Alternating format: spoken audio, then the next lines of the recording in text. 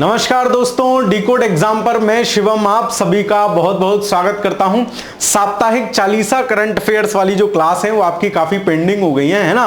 तो मैंने अब ये सोचा था, क्योंकि पिछली क्लास में मैंने आपसे कहा था कि मैं 15-15 दिन के करके करा दूंगा, तो ये आज 2 क्लासेस में जून खत्म कर लेंगे, 2 में जुलाई और फिर अगस्त पे आ जाएंगे। ठीक है, अगस्त भी इसी तरीके से हम लोग खत्म कर लेंगे फटाफट, ताकि आपका ये करंट अफेयर्स का इन कक्षाओं के माध्यम से क्या है, करंट अफेयर्स के जो आपके टफ टॉपिक है ना, और सवाल जो टफ बन सकते हैं उन सवालों को हम यहां हल कर लेते हैं।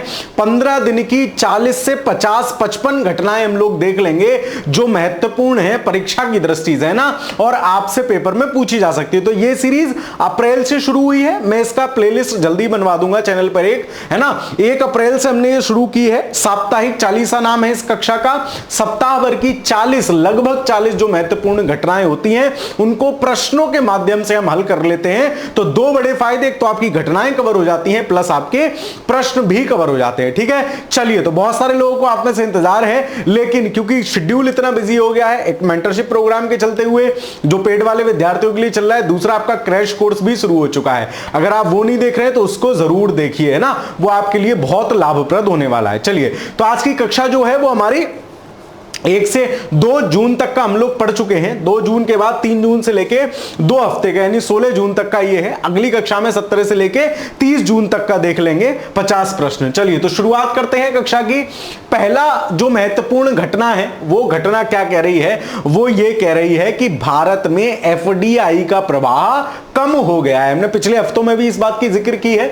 देख लेते हैं प्रश्न इस पे क्या बना है। भारत को वित्त वर्ष 23-24 की बात चल रही है, यानी अभी जो गुजरा है, अब जो वित्त वर्ष चल रहा है वो 24-25 चल रहा है। तो 23-24 में सिंगापुर से सबसे अधिक एफडीआई प्राप्त हुआ।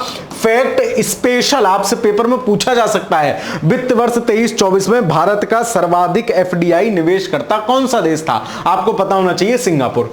भारत में एफडीआई इक्विटी प्रवाह 23-24 में 3.49% बढ़ा नहीं है, ये घटा है ना। इसी कारण से घटना चर्चा में थी, है ना। यद्यपि एफडीआई हर साल रहता है, लेकिन इस बार एफडीआई पिछले कई वर्षों की तुलना में घटा है, जिस कारण से न्यूज चर्चा में। सही कूट हमसे पूछा है, मतलब केवल एक सत्य हो जाएगा। सरकारी आंकड़ों के अनुसार 23-24 में सिंगापुर से सबसे अधिक एफडीआई प्राप्त हुआ। वैश्विक आर्थिक अनिश्चितताओं के कारण भारत में एफडीआई प्रवाह में लगभग 3.5% की गिरावट आई है। तो सिंगापुर मत भूलना, गिरावट मत भूलना, स्टेटमेंट वाला सवाल आएगा, अपने आप सही हो जाएगा। यही होगा कि वो बढ़ा के दे देगा। ठीक है, पिछले वित्त वर्ष में मॉरीशस से घट गया है, सेवाओं, कंप्यूटर, इन सब में जो है वृद्धि हुई है ना। मॉरीशस जो है वो दूसरा सबसे बड़ा निवेशक है ना, ये याद रखना। पहले नंबर पे सिंगापुर है ना, सिंगापुर है, दूसरे नंबर पे मॉरीशस है, भारत में जो बड़े निवेश करता है एफडीआई। तीसरे नंबर पे आई थिंक यूएसए है। तो ये 3 बड़े भारत में एफडीआई के निवेश करता है ना, फॉरेन डायरेक्ट इन्वेस्टमेंट, आपको पता ही है। चलिए, दूसरी महत्वपूर्ण घटना देखते हैं। चीन अपना पड़ोसी, अपना भैया शैतान, है ना। चीन के मानव रहित, हमारे तो दोनों पड़ोसी शैतान है, अंतरिक्ष यान चांग-ई 6 मानव रहित है। याद रखना, मनुष्य इसमें नहीं गया अंतरिक्ष यान में। संबंधित निम्नलिखित में से गलत कूट की पहचान कीजिए, कौन सा कूट गलत है। देख लो, पेपर में ऐसे ही सवाल आएगा, सत्य असत्य का विशेष याद ध्यान रखना। कई सवाल तो आपके इसी चक्कर में गलत हो जाते हैं। देखते हैं क्या। चांग-ई 6 ने चंद्रमा के अंधकार वाले हिस्से फोर साइड पर उतरने में सफलता प्राप्त की है। बिल्कुल ठीक है। फोर साइड क्या है भाई? चंद्रमा का आप जो देख रहे हो वो एक हिस्सा देख पा रहे हो। जैसे मैं आपके सामने तरबूजा रख दूं सपोज दैट, और तरबूजे का जो पीछे वाला हिस्सा है, जो मेरा हाथ है, वो मैं ही देख पा रहा हूं, आप नहीं देख पा रहे। मतलब प्रकाशमान हिस्सा हम चंद्रमा का या एक हिस्सा देख पाते हैं। दूसरा जो डार्कर हिस्सा है वो फोर साइड है। तो चांग 6 उस पर उतर गया है। यह पहली बार है जब चीन का अंतरिक्ष यान फोर साइड पर उतरा है, नहीं, दूसरी बार है। चीन ने एक बार और उतारा है, दूसरी बार ये उतारा है। तो स्टेटमेंट दूसरा गलत हो जाएगा। भारत के अलावा अब तक कोई भी अन्य देश चंद्रमा के फोर साइड पर अपना अंतरिक्ष यान नहीं उतार सका है। भारत नहीं उतारा है। हमने तो जो चंद्रयान उतारा था वो चंद्रमा के दक्षिणी ध्रुव पे उतारा था। देख रहे हो कितना डीप सवाल है। मतलब आपकी बुद्धि चेक कर रहा है कि आपको फैक्ट सही से याद है कि नहीं याद है। तो हमने जो उतारा था, हमने साउथ पोल, दक्षिणी ध्रुव पर उतारा था। ये भी स्टेटमेंट गलत है, क्योंकि चाइना ही एक बार पहले चला गया। आपसे पूछ रहा है गलत कूट, मतलब 2 और 3 गलत हैं, मतलब विकल्प नंबर 20 प्रश्न का सही उत्तर हो जाएगा। देख लेते हैं, ये है चांग ई6। तो आपसे सिंपल, वैसे तो ऐसा इतना सरल सवाल आएगा नहीं। चांग ई6 किसका है, कॉमन सेंस से ही लगा दोगे। चांग टांग ये किसका नाम होगा, चाइना का ही होगा। चंद्रमा के अंधकार वाले हिस्से पर उतरने में सफलता प्राप्त की है और दूसरी बार है जब चीन ने यान को फोरसाइट पर उतारा है। अब तक कोई भी अन्य देश नहीं उतार पाया चाइना के सिवा, यह भी याद रखना महत्वपूर्ण फैक्ट है। भारत का चंद्रयान 3 मिशन चंद्रमा के नियर साइड वाले यानी दिखने वाले हिस्से के दक्षिणी ध्रुव साउथ पोल पे उतरा था। ठीक है, ये उपलब्धि करने वाले हम महत्वपूर्ण देश थे। चंद्रमा का फोरसाइड यह चंद्रमा का गोलार्ध का वह हिस्सा है जो पृथ्वी से कभी दिखाई नहीं देता, मतलब जो हमें अंधकार वाला पीछे वाला हिस्सा है वो, इसलिए इसे चंद्रमा का डार्कर साइड भी कहा जाता है। ठीक है, चंद्रमा के नियर साइड की तुलना में फार साइड की परत मोटी है तथा इस हिस्से में क्रेटर अधिक हैं, लेकिन लावा निर्मित मैदान कम है। तो बहुत ज्यादा डिटेल में जाने की जरूरत भी नहीं है। महत्वपूर्ण सवाल 18वीं लोकसभा चुनाव से संबंधित। हाल ही में संपन्न हुए लोकसभा चुनाव में सबसे ज्यादा वोट से जीत प्राप्त करने वाले शीर्ष 3 प्रत्याशियों की पहचान करें। आपको याद होगा इंदौर में कोई कैंडिडेट नहीं था, प्रमुख कैंडिडेट के सामने नोटा का बटन था, तो शंकर लाल लाडवानी साहब थे वहां जो सबसे ज्यादा मतों से विजयी हुए। ठीक है, दूसरे नंबर पे असम के रकीबुल हसन हैं जो सबसे ज्यादा वोटों से विजयी हुए। तीसरे नंबर पे भारत सरकार के कृषि मंत्री शिवराज सिंह चौहान, एमपी के पूर्व मुख्यमंत्री, सबसे ज्यादा वोट से विजयी हुए। मतलब 1, 2 और 5 इस क्रम में, ऑप्शन नंबर सी। ठीक है, चलिए देख लेते हैं। मध्य प्रदेश की इंदौर लोकसभा सीट से बीजेपी उम्मीदवार शंकर लालवानी, ये है शंकर लालवानी, है ना, ये है शंकर लालवानी, लोकसभा चुनाव 2000 सबसे ज्यादा वोटों से बड़ी जीत हासिल की। धुबरी असम से भारतीय राष्ट्रीय कांग्रेस, ये है भारतीय राष्ट्रीय कांग्रेस के रकीबुल हुसैन की जीत दूसरी सबसे बड़ी जीत थी। और विदिशा मध्य प्रदेश से, ठीक है, एमपी वाले जो हो वो ये ध्यान रखना कि ये सवाल आपसे पूछा जा सकता है। शिवराज सिंह चौहान ने तीसरा बड़ा स्थान हासिल किया। जो 18वीं लोकसभा से महत्वपूर्ण सवाल थे। अगला सवाल देखते हैं, 2024 में नोटा इनमें से कोई नहीं, नन ऑफ दी एबव इसकी फुल फॉर्म है, को सबसे अधिक वोट कहां प्राप्त हुए, यही इंदौर से। और कौन खड़ा था इंदौर से, ये शंकर लालवानी। ठीक है, चलिए मध्य प्रदेश में इंदौर निर्वाचन क्षेत्र में देश में सबसे अधिक 2,18,000 अब तक का ऑल टाइम हाई रिकॉर्ड है। 2,18,000 वोट दर्ज करके इतिहास 2019 में बिहार के गोपालगंज द्वारा बनाए गए रिकॉर्ड को पीछे छोड़ दिया। भाजपा उम्मीदवार शंकर लालवानी को 11,75,000 वोट मिले, मतलब लगभग 9.5 लाख वोटों से चाचा जीत गए। बात समझ में आ रही है, सबसे बड़ी जीत है। ठीक है, चलिए नोटा क्या है। 2013 में सुप्रीम कोर्ट के आदेश के बाद नोटा को लागू किया गया था। सुप्रीम कोर्ट ने people's union for civil liberties PUCL द्वारा दायर की गई एक जनहित याचिका की सुनवाई में ऐसे निर्देश दिए थे। यह मतदाताओं को सभी उम्मीदवारों को खारिज करने का विकल्प देता है। इस प्रकार यह चुनाव में उपलब्ध विकल्पों के प्रति मतदाताओं की नापसंदगी को जाहिर करता है। यदि नोटा को सबसे ज्यादा वोट भी मिल जाए तो भी दूसरे नंबर पर सबसे ज्यादा वोट पाने वाले उम्मीदवार को ही विजेता घोषित किया जाएगा। यह इसकी सबसे बड़ी खामी है। ठीक है, चलिए तो यह याद रखना है, एज ए स्टेटमेंट बन के सवाल आपसे पूछा जा सकता है। अगला घटना पे चलते हैं। पर्यावरण प्रदूषण सूचकांक EPI 2024 के संदर्भ में निम्नलिखित कथनों में से कौन सा कथन सही नहीं है। पेपर में ऐसे ही गोला काला कर लोगे, फायदे में रहोगे, 2-4 सवाल बच जाएंगे जो गलत होंगे। इस सूचकांक का प्रकाशन संयुक्त राष्ट्र पर्यावरण प्रोग्राम UNEP के द्वारा किया गया है ना। चलिए, इस सूचकांक में 180 देशों में भारत 176वें स्थान पर रहा। क्या है, पर्यावरण प्रदर्शन सूचकांक। बोले पर्यावरण में कब बढ़िया प्रदर्शन करते हैं, बोले जब सब एक साथ होंगे तभी हम पर्यावरण का छक्का लगा पाएंगे। मतलब 176 याद रखने के लिए बता रहा हूं, जब हम सब क्या होंगे, एक साथ होंगे, मतलब 17 होंगे, तभी जो है पर्यावरण का प्रदर्शन सिक्सर जैसा हो पाएगा, मतलब बेहतरीन प्रदर्शन हो पाएगा। तो पर्यावरण प्रदूषण सूचकांक में भारत की रैंकिंग 176 है। दूसरा देखो पहले किस किस में है, मतलब ये कट गया। अच्छा, सही नहीं पूछ रहा है, तो सही नहीं में मतलब जिनमें दूसरा होगा वो तो सही होंगे ही, मतलब ये नहीं होगा, मतलब दूसरा जिनमें वो नहीं हो सकते, तो ये नहीं होगा, ये हो सकता है और ये भी नहीं होगा। अब दूसरा सही है, वो पूछ रहा है कौन सा सही नहीं है, तो कोई भी नहीं होगा, मतलब ये भी अपने आप कट गया। मतलब अगर आपको रैंकिंग भी पता है तब भी आप इस सवाल का आंसर प्राप्त कर सकते हैं, ऑप्शन नंबर ए। है ना। देखो कैसे 1 और 3, इस सूचकांक में शीर्ष स्थान डेनमार्क था, ये भी गलत है, ये भी गलत है, ठीक है। तो ऐसे भी आपको देखो एलिमिनेशन भी आना चाहिए, वैसे आप सवाल छोड़ दोगे, गड़बड़ा दोगे, लेकिन आपको ये बात पक्की पता है कि यार 176वां जलवायु प्रदर्शन सूचकांक, मास्टर ने बताया था कि एक साथ रहोगे तभी जो है पर्यावरण में बेहतर प्रदर्शन कर पाओगे, 176। चलिए, हाल ही में Yale centre for environmental law and policy ने, अब ये येल सेंटर ने जो है इसको सूचकांक को जारी किया है, ईपीआई 2014 प्रकाशित किया है ना। 180 देशों में ये चीजें इसने देखी हैं, रैंकिंग 11 श्रेणियों में प्रस्तुत की जाती है। सूचकांक में भारत सबसे, मतलब सोचो 180 देशों में 176वीं रैंक है, कोई बहुत बिल्कुल खराब रैंकों में से है ना। इस सूचकांक में शीर्ष स्थान पर एस्टोनिया है। एस्टोनिया कहां पड़ता है? रशिया का पड़ोसी है एस्टोनिया, लातविया, लिथुआनिया, ये सब यूक्रेन से ऊपर जो है रशिया के पड़ोसी हैं। चलिए आगे चलते हैं। अगली महत्वपूर्ण घटना, 18वीं लोकसभा में महिला सांसदों की संख्या सबसे अधिक 78 है, नहीं 17वीं लोकसभा में महिला सांसदों की संख्या मैक्सिमम थी 78, अभी 18वीं लोकसभा में महिलाओं की संख्या कितनी है? 74 है, 74 है। पहला गलत हो जाएगा। 18वीं लोकसभा के लिए आयोजित चुनाव में 797 महिलाओं ने प्रतिभागिता की थी, ये बिल्कुल सही है ना। निम्नलिखित कथनों में विचार कीजिए, इसका मतलब है सही वाला कथन देखिए, तो सही वाला कौन सा हो जाएगा? केवल 2, मतलब ऑप्शन नंबर 20 प्रश्न का सही उत्तर होगा। 74 वुमेन इलेक्टेड इन दी लोकसभा 2004 और वर्सेस 78 इन 2019, तो क्लियर है 13.5%, इसमें कोई बहुत बड़ा लंबा चौड़ा बात नहीं है ना। चलिए, तो इसको ध्यान रखेंगे, आगे चलते हैं। हाल ही में हिंदी साहित्य भारती पुरस्कार से किसको सम्मानित किया गया है? कृष्ण प्रकाश को। अब ये फैक्ट है, हिंदी का साहित्य भारती पुरस्कार कृष्ण प्रकाश साहब को मिला है। देखो ऑप्शन भी ऐसे आ सकते हैं, कृष्ण प्रकाश, कृष्णकांत उपाध्याय, तो हिंदी साहित्य भारती पुरस्कार कृष्ण प्रकाश को मिला है, option number A.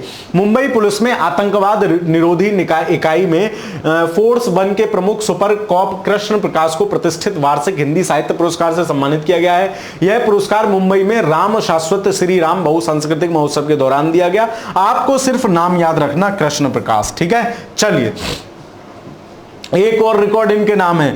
Krishna Prakash भगवान राम को पोस्ट कार्ड के माध्यम से सबसे अधिक पत्र लिखने के लिए 2 बार गिनीज रिकॉर्ड धारक हैं। Can you imagine? चलो, 2 गिनीज रिकॉर्ड हैं। अगला चलते हैं।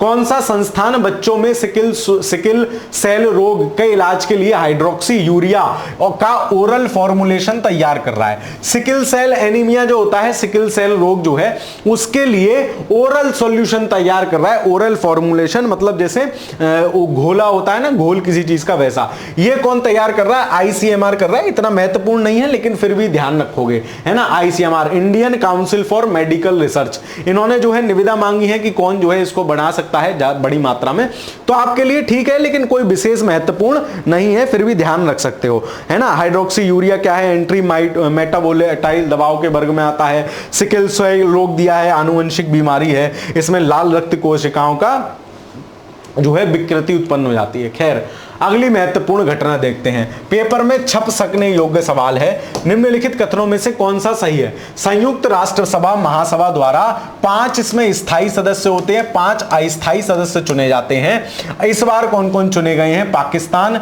डेनमार्क, ग्रीस, पनामा और सोमालिया। याद रखना, सब अलग अलग महाद्वीप से। एशिया से पाकिस्तान है, डेनमार्क आपका यूरोप से हो जाएगा, ग्रीस आपका जो है यूरोप से हो जाएगा, पनामा जो है आपका वो कहां से हो जाएगा? उत्तरी अमेरिका से हो जाएगा, सोमालिया जो है अफ्रीका से हो जाएगा। तो पनामा है, सोमालिया है, ग्रीस है और आपका पाकिस्तान है और डेनमार्क है। सुरक्षा परिषद में अस्थायी सदस्य चुना गया है। संयुक्त राष्ट्र सुरक्षा परिषद में 10 स्थायी और 10 अस्थायी सदस्य होते हैं, 5 स्थायी सदस्य हैं, ठीक है। तो क्या हो जाएगा? कौन सा सही है? केवल एक सही है, तो इनको चुना गया है। इनका कार्यकाल 1 जनवरी 25 से शुरू होगा, है ना। चलिए, ये 5 देश मोजाम्बिक, जापान, इक्वाडोर, माल्टा और स्विट्जरलैंड की जगह लेंगे। पाकिस्तान 8वीं बार सदस्य चुना गया है।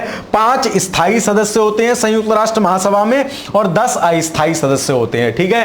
5 स्थायी कौन कौन से हैं? 5 बदमाश, यूएसए, रशिया, चीन, यूनाइटेड किंगडम और फ्रांस, है ना। यूएसए, रशिया 2 बड़ी शक्तियां, फिर चीन, है ना, तीसरी बड़ी शक्ति के रूप में इमर्ज हो रहा है ना। तो यूएसए, रशिया, चाइना, फ्रांस और 5वां कौन सा है? जो है यूके, यूनाइटेड किंगडम। ये बड़े 5 राज्य इसमें हैं। चलिए, अगली महत्वपूर्ण घटना देखते हैं। निम्नलिखित कथनों में से सही कूट चुनिए, कौन सा सही है। उत्तर प्रदेश में स्थित मानव निर्मित जलाशय नागी और नकटी पक्षी अभ्यारण्यों को रामसर साइट में जोड़ा गया है। नहीं, ये कहां है दोनों, नागी और नकटी, ये बिहार में है। टोटल रामसर साइट इस सूची में जुड़ने के बाद 82 हो गए हैं। अभी जब मैं आज ये क्लास रिकॉर्ड कर रहा हूं तो रामसर साइट में और भी स्थान जुड़ गए हैं, 85 हो गए, लेकिन जब मैं प्रश्न बना रहा था उस समय 82 थे, तो उस दृष्टि से सही होगा। वर्तमान में 85 है, जब आपकी क्लास अपडेट होगी तब भी 85 है। आर्द्र भूमि के संरक्षण और बुद्धिमानी से उपयोग हेतु 1971 में रामसर कन्वेंशन अपनाया गया था। यह भी बिल्कुल ठीक है, दोनों फैक्चुअल बातें हैं। सही कूट क्या हो जाएगा, 2 और 3। ये जो नागी और नकटी पक्षी अभ्यारण्य है, ये आपसे अलग से भी पूछा जा सकता है क्योंकि करंट में चर्चा में है, ये है आपके बिहार में। आगे चलते हैं, तो ये है नागी और नकटी पक्षी अभ्यारण्य रामसर साइट में जोड़ा गया है ना, ये बिहार के जमुई जिले के हैं। चलिए आगे चलते हैं। हाँ, ये फैक्ट याद रखना कि वर्तमान में यूनाइटेड किंगडम यूके के पास 175 सबसे ज्यादा रामसर साइट है। इसके बाद मैक्सिको का नंबर है, भारत और चीन तीसरे स्थान पे। तो सबसे ज्यादा यूएस नहीं है, तो यूके है, फिर कौन है, मैक्सिको है, फिर भारत और चाइना है तीसरे नंबर पे। ठीक है, अब शायद भारत आगे निकल गया हो, 85 हो गए हैं तो, है ना। चलिए, निवेशकों को अपने व्यक्तिगत वित्त का प्रबंधन करने में मदद करने के लिए सारथी ऐप जो है, मोबाइल ऐप, किसने लॉन्च किया है। पेपर में छप सकने योग्य सवाल है, आपसे पूछा जा सकता है सारथी ऐप किसने बनाया है ना। पहले तो किस लिए है, तो अपने निवेश मैनेजमेंट के लिए। किसने बनाया है, सेबी ने। ठीक है, भारतीय प्रतिभूति और विनियमन बोर्ड, है ना, भारतीय प्रतिभूति securities and exchange board of India, SEBI। हाँ, securities and exchange board of India, SEBI ने जो है सारथी ऐप बनाया है फाइनेंशियल मैनेजमेंट के लिए। तो ये है सारथी ऐप। बाजार नियामक सेबी ने निवेशकों को अपने व्यक्तिगत वित्त का प्रबंधन करने के लिए सारथी 2.0 मोबाइल ऐप लॉन्च किया है। सारथी ऐप एक उपयोगकर्ता अनुकूल इंटरफेस के साथ आया है जो निवेशकों को वित्तीय निर्णय लेने में मदद करेगा। ये टूल उपयोगकर्ताओं को विभिन्न वित्तीय गणना करने में मदद करते हैं, जिससे बेहतर वित्तीय नियोजन में सहायता मिलती है। तो ये बाकी app store, Google play store, Apple app store सब पे मौजूद है। ठीक है, क्लास आप देखते हो, कमेंट करके जरूर बताया करो कि ये, क्योंकि पूरे हफ्ता के पूरे 15 दिन की महत्वपूर्ण घटनाएं खोजनी, उन पे प्रश्न बनाना बड़ा काम होता है। तो आपके लिए अगर कोई अध्यापक, मैं या कोई भी इस प्रकार की मेहनत करता है तो उसको अप्रिशिएशन करना आपकी जिम्मेदारी है। ठीक है, चलिए आगे चलते हैं। बाकी इस क्लास को लाइक साझा तो कर ही दिया करो। इसका पीडीएफ मैं आपको डिकोड एग्जाम के टेलीग्राम चैनल पर दे दूंगा, तो वहां से भी जुड़ जाइएगा। ठीक है, चलिए। विश्व पर्यावरण दिवस पर पर्यावरण, वन और जलवायु परिवर्तन मंत्रालय के सचिव ने स्वदेशी वायु गुणवत्ता निगरानी प्रणाली एयर प्रवाह ऐप लॉन्च किया। एक ऐप था सारथी, दूसरा महत्वपूर्ण ऐप आ गया एयर प्रवाह ऐप। तो ये पर्यावरण, अब देखो कॉमन सेंस आप लगाओगे तो सही कर लोगे, लेकिन आपको इसमें सही पता होना चाहिए। क्यों? क्योंकि एयर प्रवाह ऐप इलेक्ट्रॉनिक्स और सूचना प्रौद्योगिकी मंत्रालय ने लॉन्च किया है, ना कि पर्यावरण और जो है जलवायु मंत्रालय ने। ठीक है, यह एक बाहरी वायु गुणवत्ता निगरानी प्रणाली है जो PM 1.0, 2.5, 10, SO2, NO2, O3, CO, CO2 आदि सहित पर्यावरण प्रदूषण, कई और भी बहुत सारे इनके सिवा, इन सब की निगरानी करेगा। कौन सा? एयर प्रवाह ऐप। तो क्या हो जाएगा? सही हो जाएगा केवल 2। ठीक है, क्यों? क्योंकि कौन चुनना है इसको? ये इलेक्ट्रॉनिक्स और सूचना प्रौद्योगिकी मंत्रालय के सचिव ने ये इसको लॉन्च किया है। ठीक है, चलिए। तो इसमें और कोई ऐसी महत्वपूर्ण बात नहीं है। एयर प्रवाह आपसे बस पूछा जा सकता है किसने लॉन्च किया है, इसको आप ध्यान रखोगे। निम्नलिखित कथनों में से कौन सा सही नहीं है, देख लेते हैं भाई। इसरो ने एक संयुक्त भारत UAE अवरक्त पृथ्वी अवलोकन उपग्रह तृष्णा की घोषणा की है ना। तृष्णा आपसे पूछा जा सकता है क्या है, तो पृथ्वी का जो सूर्य तप के बाद अविरक्त विकिरण, सौर विकिरण, पार्थिव विकिरण के रूप में निकलता है, उसका पूरा अध्ययन करना, सूर्य तप के डिस्ट्रीब्यूशन का अध्ययन करना, इसका नया एक अवलोकन उपग्रह लॉन्च करेगा भारत। किसके साथ मिलके?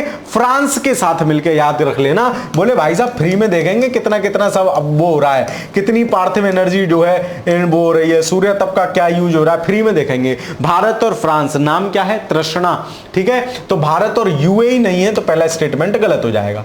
इस मिशन का उद्देश्य बाष्पोत्सर्जन की निगरानी के माध्यम से पृथ्वी के जलवायु प्रभावों के लिए डेटा बिंदु उपलब्ध कराना है। ये सही है। आपसे पूछ रहा है कौन सा सही नहीं है, तो केवल एक सही नहीं है, ऑप्शन ए इस प्रश्न का सही उत्तर हो जाएगा। तो ये है तृष्णा, thermal infrared imaging satellite for high resolution natural resource assessment, ठीक है। इसरो ने दुनिया भर में सतह के तापमान और जल प्रबंधन निगरानी के लिए एक संयुक्त भारत फ्रांसीसी अवरक्त पृथ्वी अवलोकन उपग्रह जिसका नाम है तृष्णा की घोषणा की है। यह बाष्पोत्सर्जन निगरानी के माध्यम से पृथ्वी पर जलवायु प्रभावों के डेटा बिंदु के उपलब्ध कराएगी, जो भूमि से पानी के बाष्पीकरण के साथ साथ पौधों से निकलने वाले पानी को भी मापती है। 2025 में लॉन्च करने की योजना है। इसकी अनुमानित जीवन अवधि 5 वर्ष है। तो 25 में फिर से चर्चा में आएगा, लेकिन अभी क्योंकि योजना बनी है तब भी ये चर्चा में है। चलिए, रूसी अंतरिक्ष यात्री, पेपर में ऐसे मान लो धरा हुआ सवाल है ना, पेपर में रखा हुआ है सवाल, पेपर देने जाओगे आपको मिल जाएगा, आप खुश हो जाओगे, वाह मास्टर ने तो पहले ही आउट कर दिया था। अच्छा देख लो, रूसी अंतरिक्ष यात्री जो अंतरिक्ष में 1000 दिन बिताने वाले पहले व्यक्ति बन गए, वो कौन है, बोले अलग है, बिल्कुल अलग है। बोले क्यों, बोले 1000 दिन बिताया है, अलग पढ़े हैं। देखो नाम कहां है अलग वाला, ओलेग कोनिनेंको है ना, कोनिनेंको, बोले अलग पढ़ा है, बिल्कुल कोनिनेंको पढ़ा है, कोनिनेंको मतलब अलग में को पढ़ा है। तो ओलेग कोनिनेंको ये जो है रशियन यात्री हैं जो 1000 दिन अंतरिक्ष में रह लिए। भाई साहब हम मुस्कुरा रहे हैं, ओलेग कोनिनेंको अलग से कोने में पड़े हैं, रूसी अंतरिक्ष यात्री 1000 दिन बिताने वाले पहले व्यक्ति बन गए हैं, ठीक है। चलिए, तो इसको ध्यान रखेंगे, आगे चलते हैं। सही कूट का मिलान करिए, देश और ज्वालामुखी। ये ज्वालामुखी फटते रहते हैं, जिस कारण आपको प्रमुख ज्वालामुखी तो पता होने ही चाहिए। जैसे इंडोनेशिया में कौन सा है, माउंट इबू जो है वो इंडोनेशिया में, मतलब ए का 3 होना चाहिए, ए का सी होना चाहिए, पहले का सी किसमें, ये दोनों कट गए।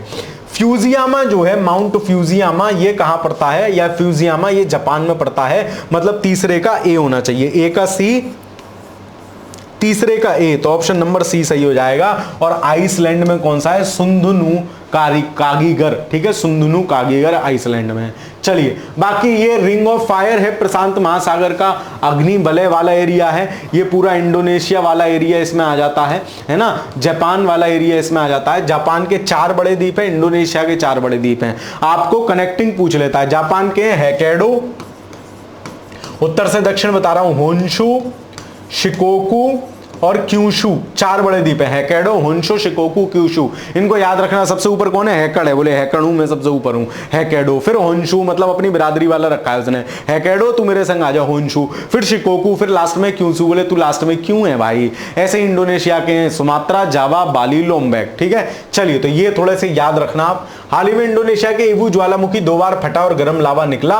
लावा क्या है, जो मैग्मा है, अंदर पड़ा है वो तो वो मैग्मा है, बाहर निकला है तो वो लावा है। बिल्कुल सिंपल, लावा ला बाहर लेके आ, याद कराया मैं सब ज्योग्राफी में आपको। इंडोनेशिया जिसमें लगभग 127 सक्रिय ज्वालामुखी हैं, प्रशांत रिंग ऑफ फायर पर स्थित है। ये इंडोनेशिया मास्टर ने जो गोला कर दिया है, ये वाला एरिया, ठीक है, जहां महाद्वीपीय प्लेटों के मिलने से उच्च ज्वालामुखी और भूकंपीय गतिविधि होती है। महाद्वीप प्लेट मिलने से कैसे हो रही है भाई, प्लेट ऐसे एक दूसरे में नू करके घुसी जा रही है, अंदर तो सबमर्ज हो रही है, सबमर्ज होकर गलेगी तो वो लावा मैग्मा बनेगा, फूटेगा, बाहर आएगा, लावा कहलाएगा। चलो, तो इस तरीके से ये है। हाल ही में आइसलैंड, तो आइसलैंड में सुंदानी करकट ज्वालामुखी है, इसको भी ध्यान रखोगे। माउंट फूजी जो है वो जापान में है। चलिए आगे चलते हैं। अगली महत्वपूर्ण घटना, निम्नलिखित कथनों में से कौन सा सही नहीं है। उत्तराखंड के जिम कार्बेट राष्ट्रीय उद्यान के भीतर एक बाघ रिजर्व भारत का पहला बायोस्फीयर रिजर्व बनाया जा रहा है। बाघ रिजर्व में ये राजाजी नेशनल पार्क में बनाया जा रहा है, ना कि जिम कार्बेट नेशनल पार्क में। तो ये पहला स्टेटमेंट गलत हो जाएगा। पर्यावरणविद जयधर गुप्ता और विजय धसमाना ने बाघ अभ्यारण्य में भारत का पहला बायोस्फीयर रिजर्व बनाया है। बाघ अभ्यारण्य है उसमें बायोस्फीयर रिजर्व बनाया है पहला, तो ये सही है। ये साउथ में भी एक पे काम कर रहे हैं, जो दूसरा होगा ये स्टेटमेंट सही है। कौन सा सही नहीं है, केवल एक सही नहीं है। क्यों, क्योंकि ये सवाल आपसे पूछा जा सकता है ना। उत्तराखंड के राजाजी नेशनल पार्क के भीतर बाघ रिजर्व में भारत का पहला बायोस्फीयर रिजर्व बनेगा। बाघ रिजर्व के भी भीतर बायोस्फीयर रिजर्व बनेगा, ठीक है। चलिए आगे चलते हैं। हाल ही में किस राज्य ने कक्षा 7 के छात्रों के लिए सूचना और संचार प्रौद्योगिकी के पाठ्यक्रम में कृत्रिम बुद्धिमत्ता एआई शिक्षण की शुरुआत की है? केरल ने की है। ये कोई बहुत महत्वपूर्ण बात नहीं है ना। केरल जो है अपने पाठ्यक्रम में एआई को महत्व दे रहा है, एआई वाले टेक्नोलॉजी, और वो सब पढ़ा रहा है। चलिए, निम्नलिखित में से सही कूट चुनिए। महत्वपूर्ण सवाल है। भारतीय प्रौद्योगिकी संस्थान आईआईटी गुजरात के शिक्षकों और छात्रों की एक टीम द्वारा अग्नि बचाव सहायक हेतु एक ड्रोन विकसित किया गया है ना। जैसे स्पाइडरमैन क्रश बोले अरे मेरी लल्ली जल गई, बचा ला भाई जाके। स्पाइडरमैन गया उड़ के बचा लाया, लेकिन बोले अब स्पाइडरमैन हर कोई थोड़ी ना होता है, वो तो पिक्चर है। तो ऐसा ड्रोन इन्होंने बना लिया इस टेक्निक का कि वो ड्रोन उड़ के जाएगा, देखेगा भैया कोई है तो नहीं, मतलब वो क्या होगा, हाई टेम्परेचर एब्जॉर्बिंग होगा, हाई टेम्परेचर पर मेल्ट ना हो। तो ये आईआईटी धारवाड़ के साथ, धारवाड़ ने मिलकर बनाया, ना कि आईआईटी गुजरात। तो ये गलत हो जाएगा। तो बोले एकदम धारवाड़, एकदम भाई एकदम मारवाड़ जैसा आइटम है, बेहतरीन से बनाया, धाड़ धाड़ कर देगा सबकी, मतलब धारवाड़ आइटम है। तो आईआईटी धारवाड़ ने डेवलप किया है। तो स्टेटमेंट एक गलत हो जाएगा, स्टेटमेंट एक गलत, तो ये गलत, ये गलत, ये गलत। चलो, नया ड्रोन अग्नि सुरक्षा समुदाय के लिए डिजाइन किया गया है, जो इंडोर स्थानों में संचालित करने के लिए काफी छोटा है और उच्च तापमान का सामना करने में सक्षम है। ठीक है, तो इसको याद रखोगे।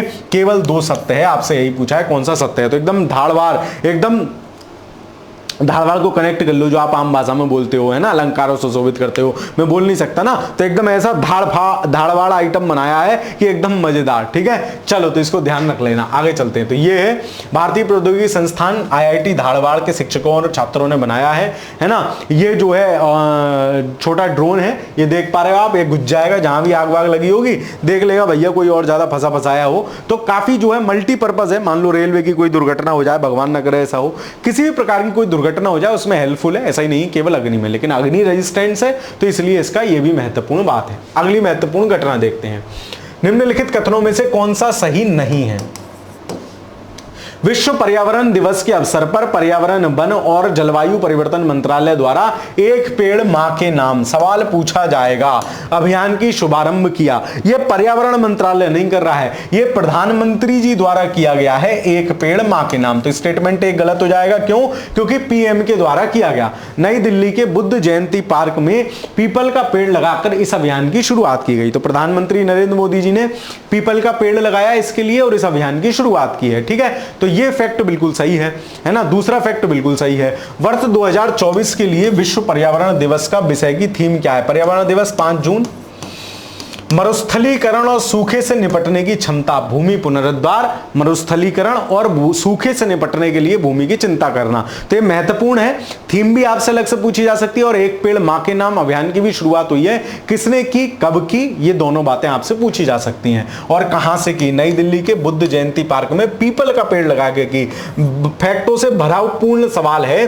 कौन सा सही नहीं है? केवल एक सही नहीं है, बाकी दूसरे और तीसरे तो सही हैं, है ना। तो इस प्रकार के सवाल, इसमें जितने सवाल मैं आपको लाता हूं ना, अधिकतर 90% मल्टी स्टेटमेंट होते हैं, ताकि सवाल के माध्यम से ही आपकी पूरी परिघटना, पूरी घटना कवर अप हो जाए और आप उसको अच्छे से देख सके कि क्या चल रहा है। ठीक है, चलिए आगे चलते हैं। तो ये लगा रहे हैं मोदी जी, है ना, एकदम देख रहे हो, जैकेट है एकदम बेहतरीन सी है, नीले से वो हरे से रंग की। ये चचा है, इनकी एकदम नीले रंग की बढ़िया जैकेट है ना, जूते एकदम शानदार। ये दिल्ली के उपराज्यपाल हैं, पीपल का पौधा लगा रहे हैं। चलो, विश्व पर्यावरण दिवस के मौके पर प्रधानमंत्री नरेंद्र मोदी ने 5 जून 2024 को नई दिल्ली में एक पेड़ मां के नाम अभियान की शुरुआत की। प्रधानमंत्री नरेंद्र मोदी ने विश्व पर्यावरण दिवस पर नई दिल्ली के बुद्ध जयंती पार्क में पीपल का पेड़ लगाया। प्रधानमंत्री ने देशवासियों से पृथ्वी को बेहतर बनाने और सतत विकास को बढ़ावा देने के लिए वन को बढ़ाने की बात कही। भारत 2000 से अब तक 2.33 मिलियन हेक्टेयर वन क्षेत्र खो दिया है। विश्व पर्यावरण दिवस 1972 में 5 जून को प्रस्तावित हुआ था।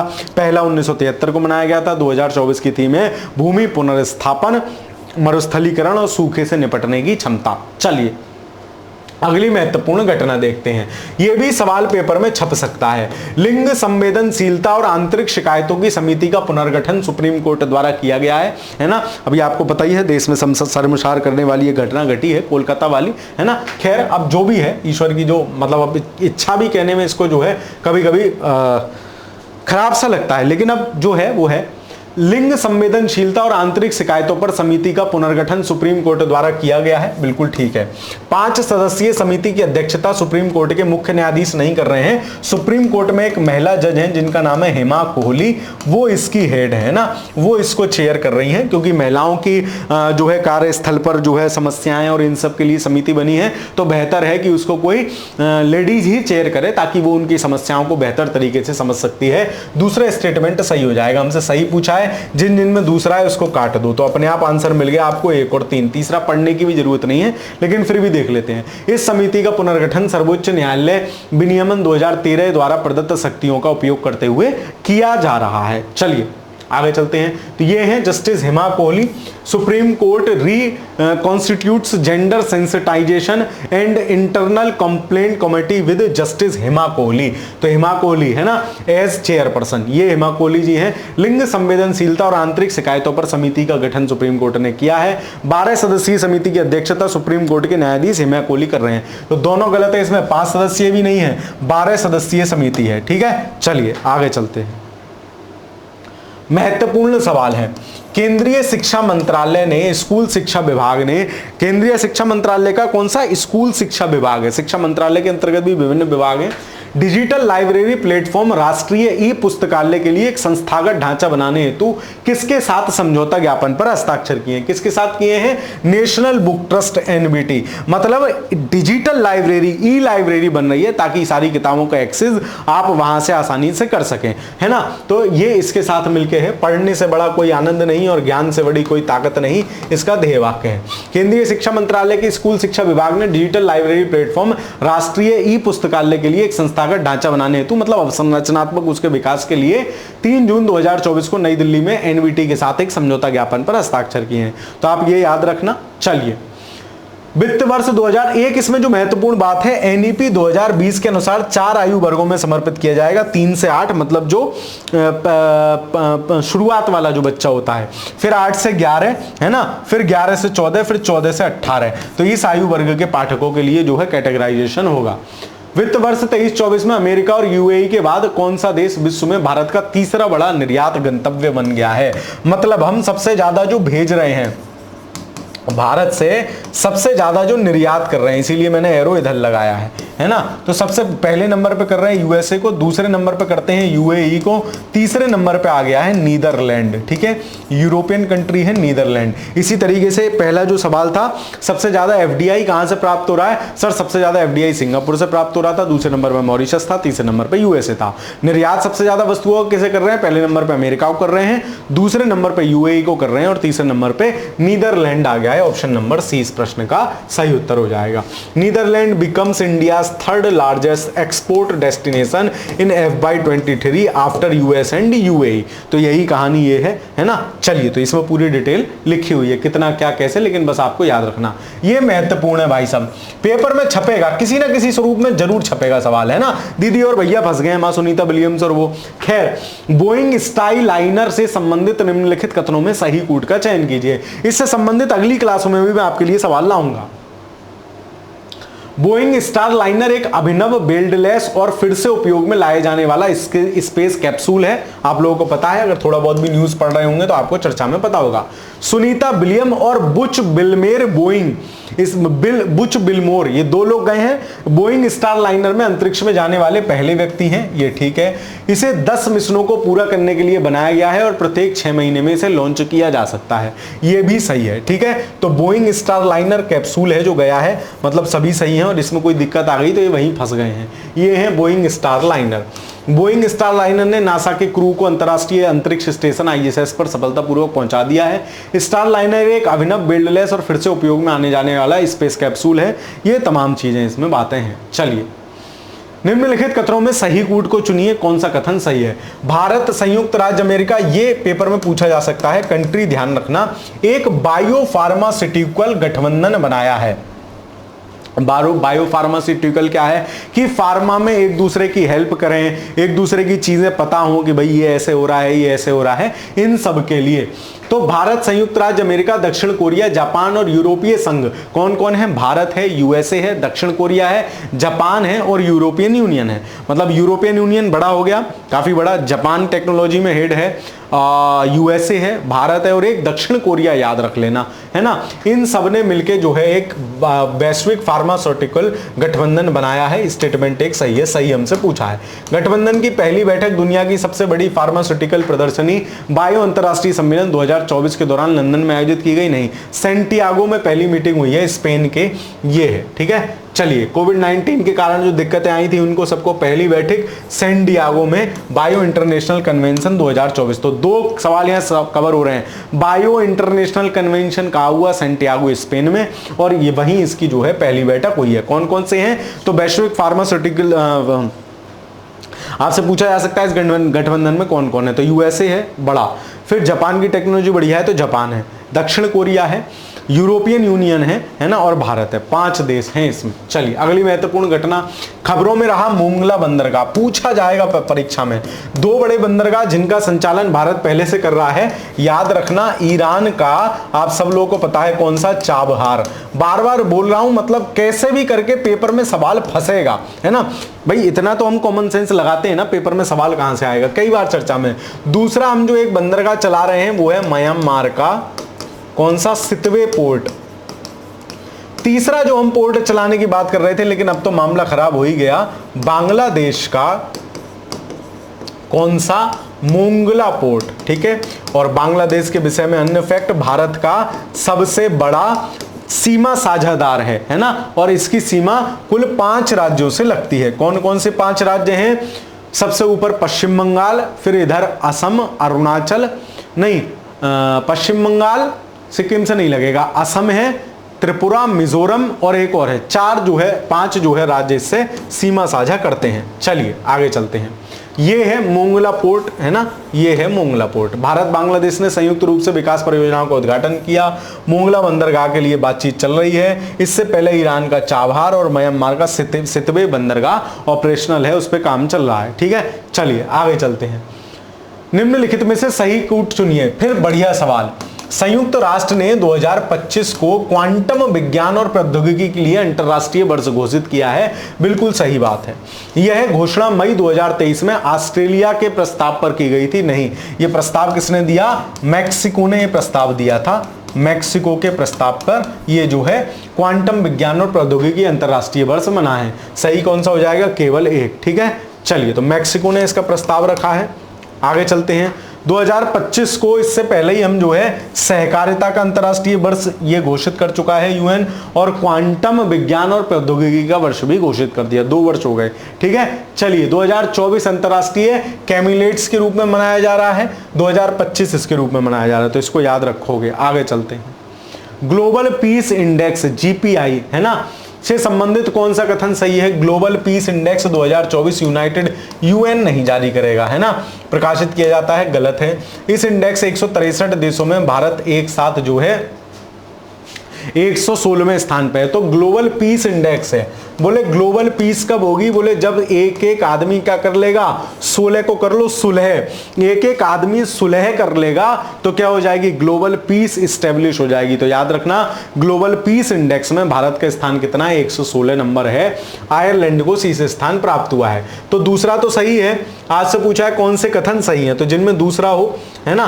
चलिए, तो कौन सा सही है? बी सही है। 2 और 3 सही है। पहला तो गलत ही था, तो ये अपने आप कट जाएंगे। 2 और 3 से आंसर मिल जाएगा, ठीक है। चलिए, वैश्विक शांति सूचकांक institute for economics and peace द्वारा तैयार किया गया है, ना कि यूएन द्वारा। भारत की रैंकिंग जो है कितनी है? आइसलैंड दुनिया का सबसे शांति प्रिय देश है, और भारत की रैंकिंग जो है इसमें कितनी है? 116। बोले एक एक व्यक्ति जब सुलह कर लेगा, अपने आप ग्लोबल पीस स्टेब्लिश हो जाएगी। अगला सवाल देखते हैं। सोहेलवा वन्यजीव अभ्यारण्य को उत्तर प्रदेश के 5वें टाइगर रिजर्व के रूप में स्थापित किया गया है। यह बलरामपुर, श्रावस्ती और गोंडा जिले में फैला हुआ है। दोनों सही है, ना तो 1 ना 2, दोनों में से कोई सा भी गलत नहीं है, ठीक है। सी नहीं, डी होगा आंसर।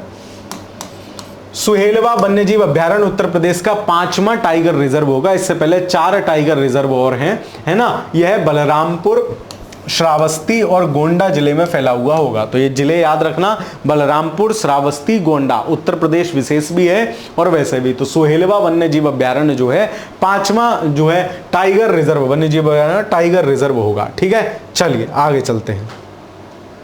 हाल ही में यूएफसी लुइसविले 2024 में ultimate fighting championship UFC fight जीतने वाली भारत की पहली महिला बन रही है।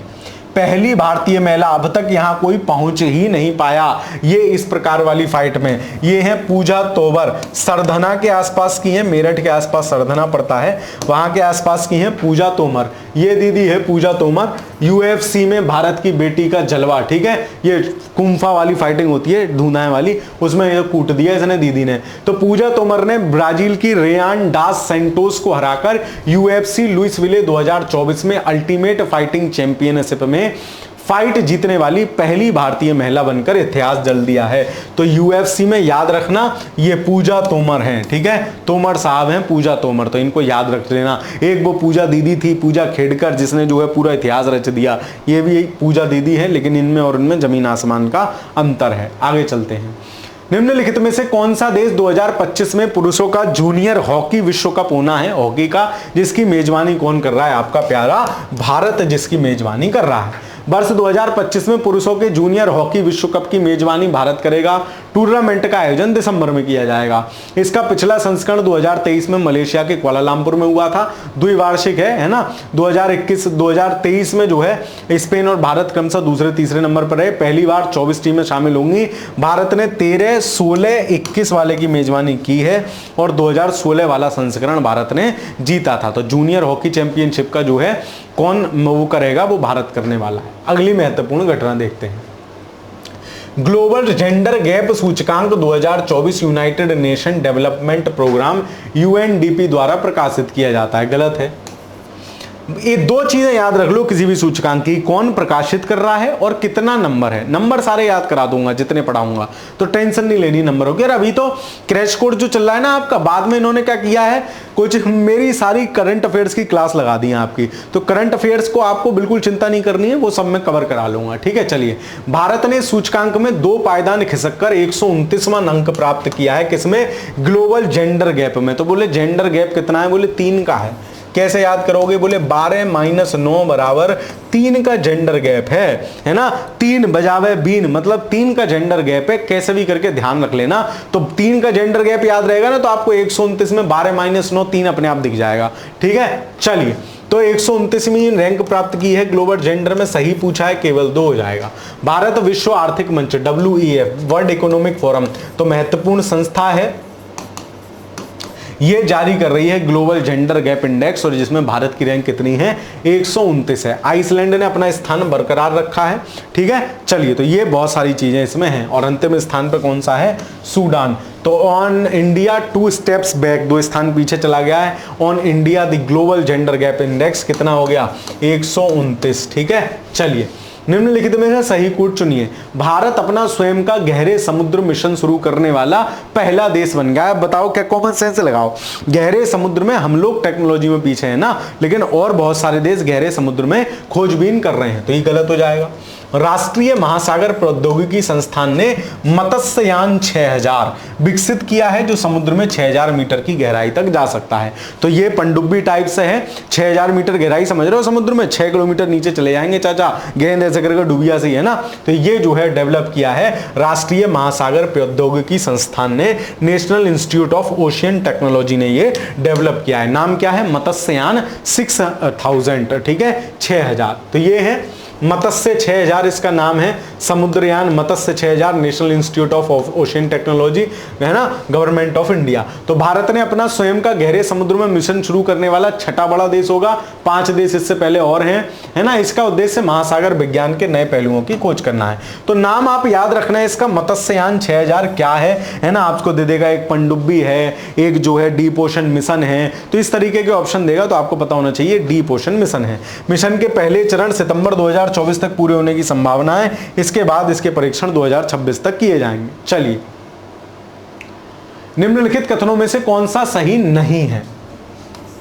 विश्व मत्स्यिकी और जल कृषि की स्थिति 2024 रिपोर्ट संयुक्त राष्ट्र पर्यावरण कार्यक्रम में नहीं जारी की है। FAO ने जारी की है, FAO ने जारी की है, तो स्टेटमेंट एक गलत हो जाएगा। वर्ष 2022 में पहली बार जलीय कृषि उत्पादन पारंपरिक मत्स्य से आगे निकल गया है। मतलब जो पारंपरिक मत्स्य उत्पादन कैसा है, जो तलों में, जो किनारों पर होता है, समुद्र किनारों पर, तालाबों में, उनसे आगे जलीय कृषि उत्पादन, जो कृषि के जरिए, कृषि खेतों में पानी भर के तालाब बना के जो मछली उत्पादन किया जा रहा है, वो ज्यादा हो गया है। ये बात बिल्कुल सही है। सही कौन सा नहीं है, केवल एक प्रश्न का आंसर हो जाएगा ए। देखो इन 50-55 क्वेश्चन में भी ना मैं कुछ आपको बता देता हूं कि ये महत्वपूर्ण है, ये महत्वपूर्ण है, उसको छोड़ के मत जाना, उसको छोड़ के मत जाना। तो उन सवालों को तो जरूर ही देख लेना, है ना। मतलब वो इतने महत्वपूर्ण है कि पेपर में आपसे उनसे प्रश्न अलग से पूछा जा सकता है कि भैया ये क्या, ये क्या। तो जिन पे मास्टर निशान लगाता है उनको तो कतई घोट के पी लो। चलो, संयुक्त राष्ट्र के खाद्य एवं कृषि संगठन FAO विश्व मत्स्य पालन एवं जलीय कृषि की स्थिति 2024 की अपनी रिपोर्ट जारी की है। 2024 का संस्करण ब्लू ट्रांसफॉर्मेशन की ठोस प्रगति पर प्रकाश डालता है, जो मत्स्य पालन और जलीय जीव में वैश्विक और क्षेत्रीय स्थिति रुझानों में व्यापक विश्लेषण करती है। तो ये थोड़ा सा ध्यान रखना। यहां से एक बात और जो याद रखने वाली है, शीर्ष 10 देशों में, जिनमें चीन, इंडोनेशिया, भारत मत्स्य उत्पादन में कितने नंबर पे है? तीसरे नंबर पे है, ठीक है। और मत्स्य उत्पादन, जो पारंपरिक मत्स्य उत्पादन है, उसकी तुलना में कृषि मत्स्य उत्पादन बढ़ गया है, ये कह रहे हैं। आगे चलते हैं। हाल ही में उत्तराखंड ने चमोली यूके स्पेशल का कोई एग्जाम हो तो थोड़ा सा ध्यान रखना, शायद ये यूके PCS में पूछा भी गया था। हाल ही में केंद्र ने उत्तराखंड सरकार के चामोली जिले में जोशीमठ तहसील और नैनीताल जिले की कोसिया कुंटोली तहसील का नाम बदला है। जोशीमठ तहसील का नाम ज्योतिर्मठ कर दिया है, और ये जो कोसिया कुंटोली तहसील है, इसका नाम श्री कैंची धाम कर दिया गया है, ठीक है। नीम ककोरी बाबा महाराज का जो आश्रम है कैंची धाम, उन्हीं के नाम पर जो है इस तहसील का नामकरण कर दिया गया है। तो इतना कोई महत्वपूर्ण नहीं है। चलिए, ये महत्वपूर्ण है। डिजिटल कृषि मिशन क्या है? डिजिटल कृषि मिशन क्या है? किसानों के लिए एक यूनिक सिस्टम बनाना है, जिनमें उनकी फसल की जानकारी है, क्या फसल की है, क्षेत्रफल, किसान का सिस्टम, सब कुछ दर्ज होगा। 1 साल के लिए नहीं, ये द्विवर्षीय मिशन है, 2 साल के लिए। तो स्टेटमेंट एक गलत हो जाएगा। कौन सा सही है? तो एक गलत, तो ये गलत हो गया, ये गलत हो गया। आगे चलते हैं। इस मिशन के तहत प्रत्येक किसान को किसान रजिस्ट्री बनवाने के लिए एक विशेष ID दी जाएगी। बिल्कुल ठीक है। यह किसान रजिस्ट्री फसल बोई गई की रजिस्ट्री और गांव के नक्शों की जियो रेफरेंसिंग बनाने का मार्ग प्रशस्त होगा, ठीक है। तो ये आगे मतलब एक डेटा, किसानों का भी डेटा रखा जाएगा बड़े लेवल पर। पहले ये डेटा ऑफलाइन के तौर में रखा जाता था, जो क्षेत्रीय लेखपाल या पटवारी होते हैं वो अपने खसरे में भरते हैं, कौन सी फसल भरी गई, क्या हुआ। उसका भी विशेषकर उत्तर प्रदेश में मुझे पता है कि डिजिटलाइजेशन उसका भी चल ही रहा है ना। खैर, तो ये एक अच्छी पहल है सरकार की। तो डिजिटल कृषि मिशन आप याद रखोगे, द्विवार्षिक मिशन है। ये भी सवाल आपसे पूछे जाने की संभावना पेपर में है। आगे चलते हैं। प्रधानमंत्री नरेंद्र मोदी की अध्यक्षता वाली कैबिनेट की नियुक्ति समिति ने किसे प्रधानमंत्री का राष्ट्रीय सुरक्षा सलाहकार NSA नियुक्त किया है? तो तीसरी बार अजीत डोभाल साहब को तीसरी बार राष्ट्रीय सुरक्षा सलाहकार NSA बनाया गया है भारत सरकार का, ठीक है। तो ये है अजीत डोभाल साहब। क्या समझ रहे हो, चचा की उम्र कितनी है? 80 प्लस है भाई साहब, है ना। 80 प्लस है, कोई कह देगा। चलो खैर, प्रधानमंत्री नरेंद्र मोदी की अध्यक्षता में कैबिनेट की नियुक्ति समिति ने अजीत डोभाल को प्रधानमंत्री के राष्ट्रीय सुरक्षा सलाहकार के रूप में फिर से नियुक्त किया है। पूर्व IPS अधिकारी अजीत डोभाल को उनके लगातार तीसरे कार्यकाल के लिए फिर से नियुक्त किया गया है। अजीत डोभाल 1968 बैच के भारतीय पुलिस सेवा के अधिकारी हैं। 72 में इंटेलिजेंस ब्यूरो में आ गए थे। 2005 में सेवानिवृत्त हो गए। मतलब 60 साल के सेवानिवृत्त हुए होंगे। 2024 चल रहा है, 20 साल हो गए भाई साहब। 80 साल का भाई साहब है, और देख लो एकदम बाल लाल मूछे ऊंचे काली किए रहते हैं चाचा कतई। चलो, नरेंद्र मोदी सरकार के सत्ता में आने के बाद 30 मई 2014 को उन्हें प्रधानमंत्री का 5वां राष्ट्रीय सुरक्षा सलाहकार बनाया गया था। इस पद का सृजन जो है दूसरे कार्यकाल में बनाया। फिर राष्ट्रीय सुरक्षा सलाहकार का जो पद है NSA वाला, ये थोड़ा सा ध्यान रखना, अलग से भी सवाल पूछा जा सकता है। 1998 में भारत सरकार द्वारा परमाणु हथियारों के परीक्षण के बाद अटल बिहारी वाजपेयी ने जो है सरकार के राष्ट्रीय सुरक्षाकार पर्यवेक्षक के साथ साथ NSA के पद का भी सृजन किया था।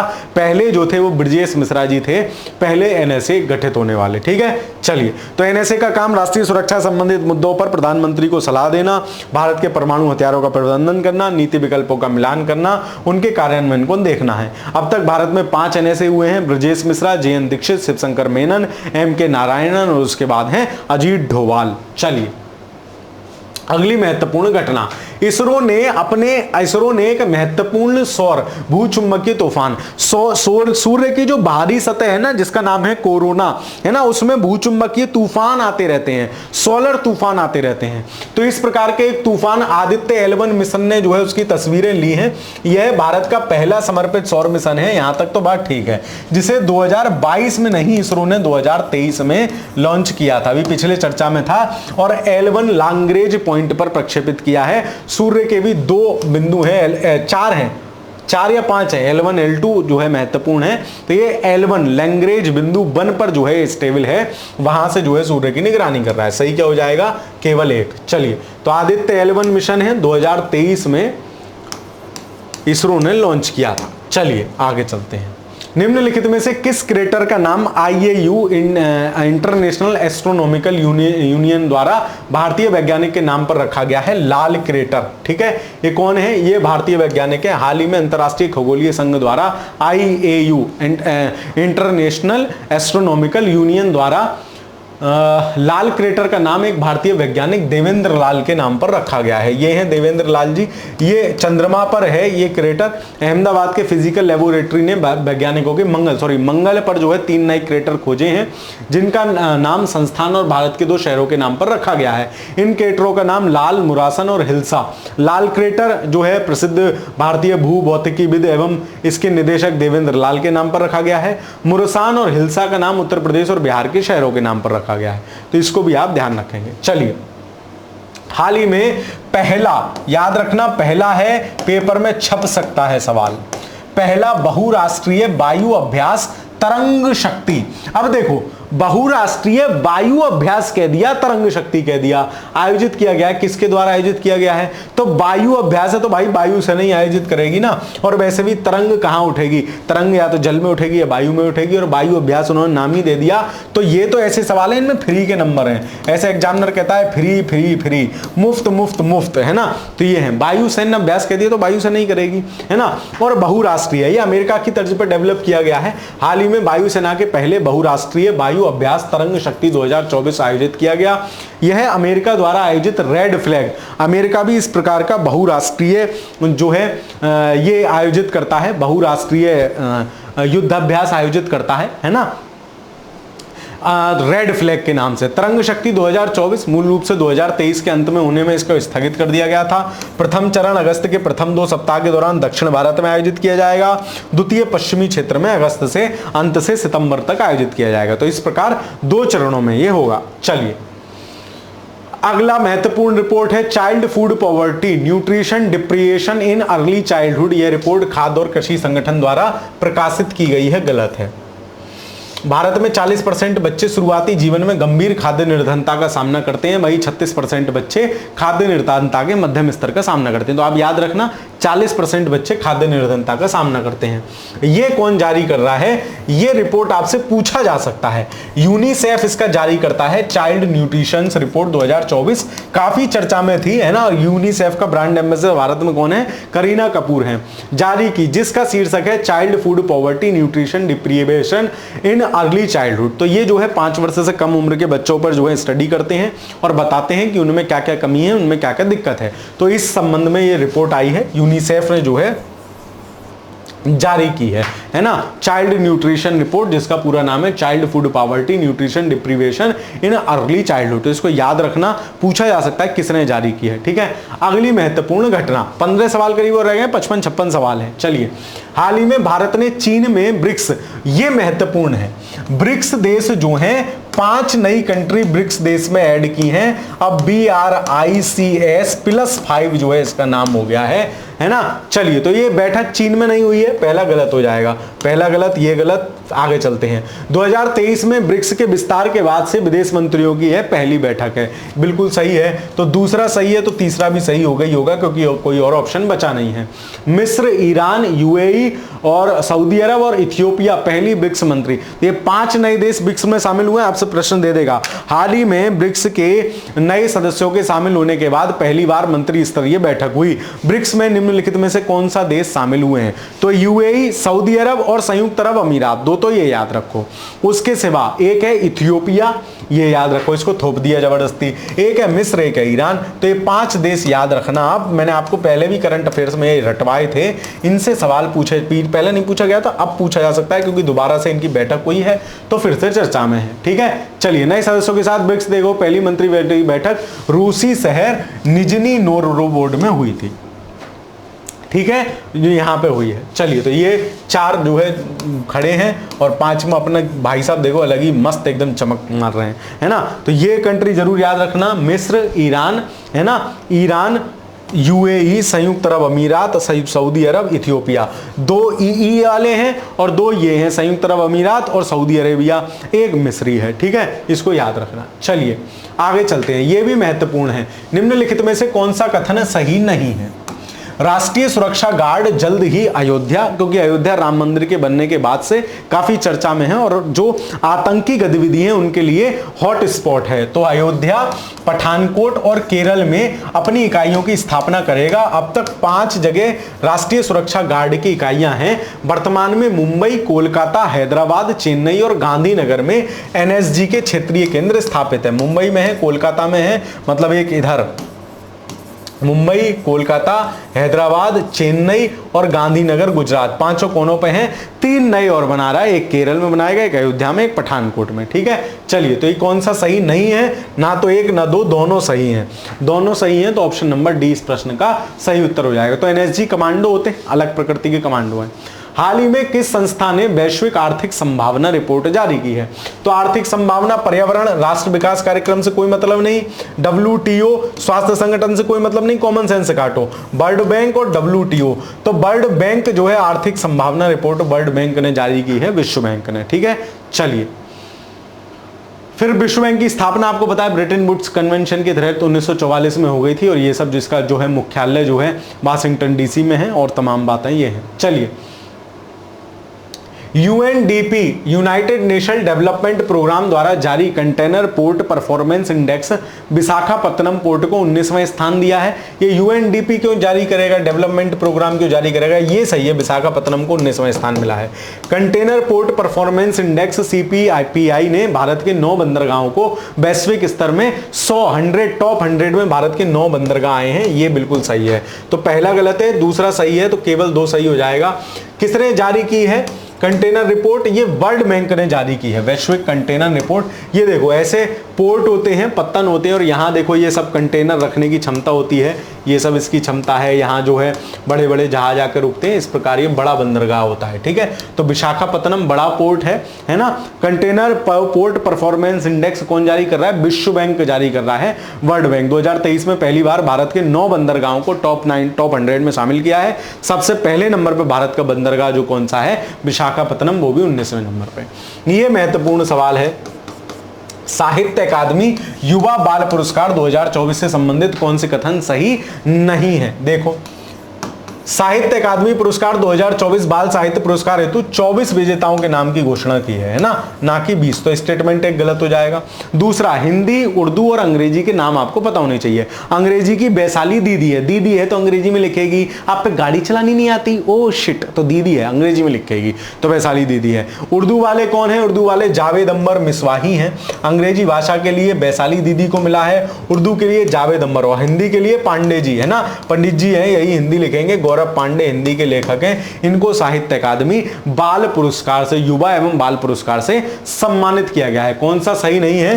केवल एक सही नहीं हो जाएगा, केवल एक। ठीक है, चलिए, तो साहित्य अकादमी अनाउंस युवा पुरस्कार, बाल साहित्य पुरस्कार विनर्स फॉर 2024। तो टोटल 24 विजेताओं के नामों की घोषणा की है।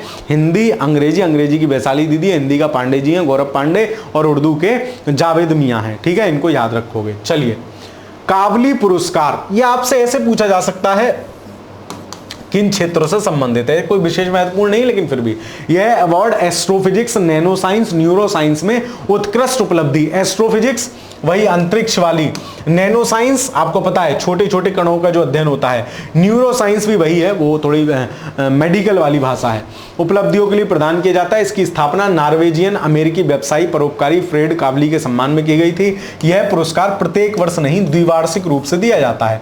मतलब 1 और 2 दोनों सही हैं, लेकिन तीसरा सही नहीं है, तो सही कूट क्या हो जाएगा, ऑप्शन नंबर ए, 1 और 2 दोनों। तो ये है द काबली प्राइज 2024। आपसे ये नहीं पूछेगा किस किस को मिला है, बहुत डीप हो जाएगा है ना, किस किस को मिला है, लेकिन ये याद रखना हल्का सा कि किन किन क्षेत्रों में, एस्ट्रोफिजिक्स, नैनो साइंस और तीसरा जो है न्यूरो साइंस, इनमें दिया जाता है तंत्रिका विज्ञान में। हाल ही में खबरों में रही किताब, पेपर में छप सकती है, पूछे जा सकने योग्य किताब है। 1-2 किताब और चर्चा में है जो आगे आने वाली क्लासेस में मैं आपको बताऊंगा। हाल ही में चर्चा में रही किताब कौन सी है, आई हैव द स्ट्रीट्स। किसकी किताब है ये, रविचंद्रन अश्विन ने अपनी आत्मकथा लिखी है, I have streets, Ravichandran Ashwin की किताब है ना। ये बैठे हैं रविचंद्रन अश्विन लेके, I have the streets, R Ashwin and Siddharth Moga, forwarded by Rahul Dravid. Rahul Dravid ने इसका फॉरवर्ड लिखा है, मतलब इसका शुरुआत लिखी है। खेल के इतिहास में सबसे सफल क्रिकेटरों में से एक ऑफ स्पिनर रविचंद्रन अश्विन ने आई हैव द स्ट्रीट्स एक कुट्टी स्टोरी, एक कुट्टी क्रिकेट स्टोरी, ठीक है, एक कुट्टी क्रिकेट स्टोरी, ये इनकी किताब का पूरा नाम है, पेंगुइन प्रकाशन ने इसको छापा है। खैर आगे चलते हैं, तो इसको नाम याद रखना। निम्नलिखित में से कौन सी महिला 3 स्टार ग्रैंड प्रिक्स प्रतियोगिता जीतने वाली भारत की पहली घुड़सवार बन गई है। तो ये भी पहली महिला बनी है घुड़सवार है। एक वो दीदी थी जो फाइट में जीती थी, वो पूजा तोमर थी, पूजा तोमर, उसको याद रखना। और ये चल रही है घोड़ा, इसलिए इनका नाम है श्रुति बोरा। बोरा मैं चढ़ूंगी घोड़ा, मतलब रेसिंग, गाय की रेसिंग, घुड़सवार रेसिंग जीतने वाली, बोरा घोड़ा, ऐसे करके याद रख लेना, नाम याद रह जाएगा, श्रुति बोरा। ये है दीदी। Historic victory, Shruti Bora first Indian win to CDI 3 grand prix. ठीक है, मुझे भी नहीं पता ये कितने खेलों में, एक तो एक खेल में ही तमाम प्रतियोगिताएं होती हैं, तो किसी में भी जीत लो तो वो पहले बनने का गौरव प्राप्त हो जाता है। तो इस तरीके से याद रखोगे। चलिए, G7 शिखर समिट, ओ हो, जहां से वायरल फोटोज आई थी है ना, दीदी की और भाई साहब की, अभी दिखाऊंगा, देख के ही तुम्हारा मन खुश हो जाएगा। चलो, 13 से 15 जून के मध्य फ्रांस में पेरिस में 50वें G7 सम्मेलन का आयोजन किया गया था। फ्रांस में नहीं किया गया था, इटली में किया गया था। अच्छा सर, इटली वाली दीदी की बात कर रहे हो क्या, अभी देखते हैं। G7 7 सर्वाधिक औद्योगिकीकरण वाले लोकतांत्रिक देशों का एक अनौपचारिक समूह है जिसका अपना कोई सचिवालय नहीं है। ये इसका महत्वपूर्ण फैक्ट है, ये याद रखना। चलिए, वर्तमान में G7 की अध्यक्षता इटली के पास है, ये बिल्कुल ठीक है। सही कूट क्या हो जाएगा, 2 और 3। ये देखो बेहतरीन सी फोटो, ओ हो, मुस्कुराहट देख रहे हो, आ हा, क्या कहने, है ना, इधर भी है उधर भी है। Italian PM Giorgia Meloni invites India to G7 summit meeting.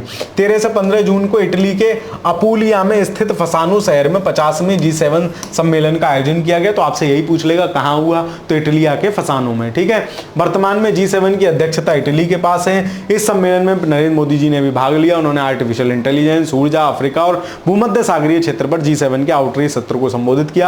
लगातार तीसरे कार्यकाल के लिए पदभार ग्रहण करने के पश्चात भारतीय प्रधानमंत्री की यह पहली विदेश यात्रा थी। ये पूछ सकता है ना, कठिन सवाल बनाना है। लगातार तीसरी बार 18वीं लोकसभा के निर्वाचन के उपरांत प्रधानमंत्री पद धारण करने के पश्चात भारतीय प्रधानमंत्री की पहली विदेश यात्रा निम्नलिखित में से किस देश के लिए थी, किस चीज के लिए थी, तो G7 के लिए थी, इटली की थी। ये थोड़ा सा ध्यान रखोगे। चलिए, निम्नलिखित कथनों में से कौन सा सही नहीं है। नागास्त्र भारत का पहला स्वदेशी मानव पोर्टेबल आत्मघाती ड्रोन है, बिल्कुल ठीक है ना, ये मानव रहित ड्रोन है ना। कौन सा सही नहीं पूछ रहा है, तो ये सही है, नागास्त्र इसका नाम है। मतलब कहीं आतंकवादी हवाई अड्डे पे फोड़ना है जाके तो वो दूर से ही कंट्रोल हो जाएगा, नाम है नागास्त्र। इसे नागपुर की कंपनी इकोनॉमिक एक्सप्लोसिव लिमिटेड द्वारा डिजाइन किया गया और विकसित किया गया है। दोनों सही है, 1 और 2 दोनों सही हैं। पूछ रहा है कौन सा सही नहीं है, अच्छा तो ऑप्शन डी हो जाएगा, ना तो 1 ना 2, बाकी दोनों सही हैं। ठीक है, चलिए, तो सेना ने अपना पहला स्वदेशी मानव पोर्टेबल आत्मघाती ड्रोन मिल गया है, जिसे सैनिकों के जीवन खतरे में डाले बिना दुश्मन के प्रशिक्षण शिविरों, लॉन्च पैडों और घुसपैठियों को सटीकता से निशाना बनाया जा सकता है, फोड़ा जा सकता है, कूटा जा सकता है। ठीक है, भारतीय सेना ने अपने पहले जो है इसका विकास कर लिया है। नागास्त्र बन पूरी तरह से भारत में डिजाइन और विकसित किया गया। तो सबसे महत्वपूर्ण बात जो आपसे पूछ लेगा, नागास्त्र क्या है, इस बात को ध्यान रखोगे। आगे चलते हैं, कौन सा सही नहीं है देख लो। सिक्किम के मुख्यमंत्री बने हैं प्रेम सिंह तमांग, ठीक है। आंध्र प्रदेश के चंद्रबाबू नायडू, मतलब ये सही मिलान नहीं है। ओडिशा के मोहन चरण मांझी बने हैं, ये भी सही मिलान नहीं है। अरुणाचल प्रदेश के पेमा खांडू, 1 और 4 सही है, 2 और 3 सही नहीं है। यही हमसे पूछा है कौन सा सही नहीं है, तो आसानी से लगा दोगे अगर आपको इलेक्शन से रिलेटेड चीजें याद हैं। ऑप्शन नंबर बी हो जाएगा। प्रेम सिंह तमांग सिक्किम के मुख्यमंत्री बने, ओडिशा के मोहन चरण मांझी बने हैं, आंध्र प्रदेश के चंद्रबाबू नायडू, ये तो खूब चर्चा में थे। पेमा खांडू अरुणाचल के लगातार तीसरी बार बने हैं। निम्नलिखित में से कौन सा राज्य महाराणा प्रताप पर्यटन सर्किट का विकास किया जा रहा है, तो कौन कर रहा है, राजस्थान जो है वो महाराणा प्रताप पर्यटन सर्किट का निर्माण कर रहा है। महाराणा प्रताप के जीवन से रिलेटेड जितने भी महत्वपूर्ण स्थल हैं उनके लिए एक पर्यटन सर्किट बना रहा है। राजस्थान के मुख्यमंत्री भजन लाल शर्मा ने घोषणा की कि राज्य सरकार 100 करोड़ रुपए के निवेश से महाराणा प्रताप पर्यटन सर्किट विकसित करेगी। मुख्यमंत्री ने 8 जून 2023 को उदयपुर में महाराणा प्रताप जयंती समारोह का उद्घाटन करते हुए घोषणा की। परियोजना के तहत मेवाड़ के महाराणा प्रताप के जीवन से जुड़े स्थानों को विकसित किया जाएगा और उनमें जो है उनको इनहेंस किया जाएगा। ठीक है, चलिए आगे चलते हैं। महाराणा प्रताप जो है का जन्म राणा प्रताप सिंह के रूप में मेवाड़ के महाराजा उदय सिंह द्वितीय और माता जयमंता बाई के घर राजस्थान के कुंभलगढ़ में हुआ था। आरपीएससी स्पेशल अगर कोई राजस्थान से बच्चे देख रहे हो तो वो थोड़ा सा इसको डिटेल में पढ़ लेंगे। आगे चलते हैं, ये आप ध्यान रखना, महाराणा प्रताप मेवाड़ के राजपूतों के सिसोदिया वंश से संबंधित थे। हाल ही में महासागर स्थिति रिपोर्ट 2024 किसके द्वारा जारी की गई है, तो महासागर स्थिति रिपोर्ट कौन जारी कर रहा है, ये यूनेस्को जारी कर रहा है, यूनाइटेड नेशन एनवायरमेंटल है ना प्रोग्राम, ये United nation decade of ocean science. अच्छा, 2021 से 30 जो है वो ओशियन डिकेड है, मतलब समुद्री, क्या कहेंगे उसको, समुद्री सक्षमता के लिए दशक है। खैर, हाल ही में यूनेस्को महासागर स्थिति रिपोर्ट 2024 बढ़ते समुद्री संकटों जिनमें तापमान वृद्धि हो रही है, तापमान वृद्धि होगी तो ग्लेशियर पिघलेंगे, अम्लीयता, ऑक्सीजन की कमी और समुद्र के बढ़ते स्तर को शामिल है से निपटने के लिए उन्नत समुद्र अभिज्ञान अनुसंधान और डेटा संग्रह की आवश्यकता पर प्रकाश डाला। महासागर स्थिति रिपोर्ट 2024 के प्रमुख निष्कर्ष ये है। चलिए, निम्नलिखित में से कौन सा कथन सही है, विश्व स्वास्थ्य संगठन ने आयुष मंत्रालय के अंतर्गत हैदराबाद में स्थित राष्ट्रीय भारतीय चिकित्सा विरासत संस्थान को पारंपरिक चिकित्सा अनुसंधान के लिए WHO का सहयोगी के रूप में नामित किया है। तो इतना कोई महत्वपूर्ण नहीं है, लेकिन फिर भी याद रखना, जो आयुष मंत्रालय के अंतर्गत हैदराबाद स्थित जो भारतीय चिकित्सा पद्धति के अकॉर्डिंग है उसको WHO का सहयोगी नामांकित किया है। हैदराबाद राष्ट्रीय में स्थित राष्ट्रीय भारतीय चिकित्सा विरासत संस्थान NIIMH ऐसा सम्मान पाने वाला पहला नहीं है, चौथा है। इससे पहले 3 को और मिल चुका है। तो ये प्रॉपर पूरी डिटेल है ना, इसको पढ़ लेना। नए केंद्रीय, बस खत्म होने वाली है, एक सवाल और है। नए केंद्रीय मंत्री परिषद से संबंधित निम्नलिखित कथनों में कौन सा सही है। मध्य प्रदेश के पूर्व सीएम शिवराज सिंह चौहान को नए कृषि और ग्रामीण विकास मंत्री का पद मिला है, बिल्कुल सही है। पीयूष गोयल को फिर से वाणिज्य और उद्योग मंत्रालय की जिम्मेदारी दी गई है, बिल्कुल ठीक है।